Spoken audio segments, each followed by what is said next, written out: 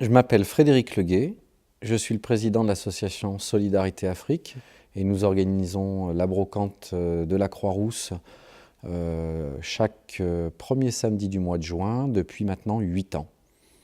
Donc avant de gérer nos réservations avec MyBrocante, nous procédions sous la forme de permanences. Donc nous avions 2 permanences hebdomadaires qui démarraient 3 mois avant l'organisation de la manifestation.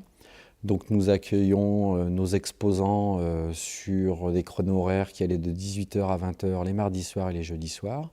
Le restant de la semaine, nous gérions donc tous les envois de postaux, de réservations. Nous inscrivions donc nos exposants sur plan lors des permanences. Sinon, nous leur indiquions un lieu sur lequel ils pouvaient éventuellement se placer. Donc cela demandait des moyens humains assez conséquent, en tous les cas, et une organisation assez chronophage.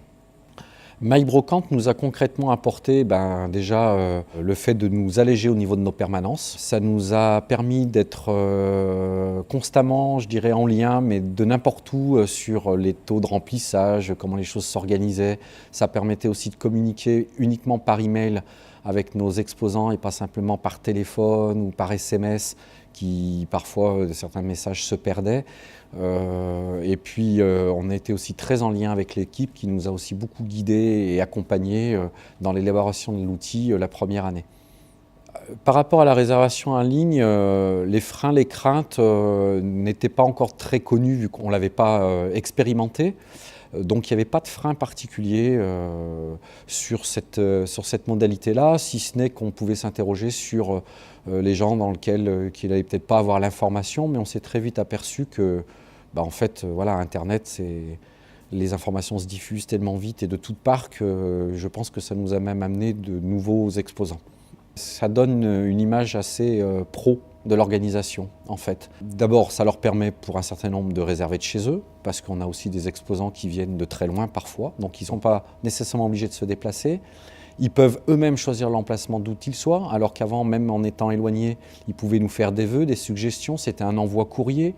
Du coup, le temps que le courrier soit reçu, traité, ils n'étaient pas certains. Voilà, ça pouvait mettre chez eux un certain nombre d'inquiétudes.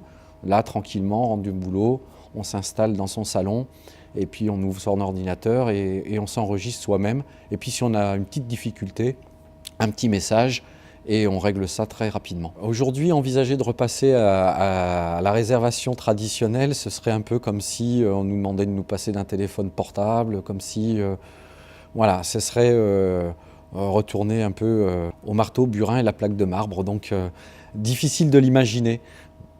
Alors à tous les organisateurs qui hésiteraient à utiliser l'outil MyBrocante, je les inviterais déjà à l'essayer, à le tester, parce que essayer l'outil, c'est l'adopter.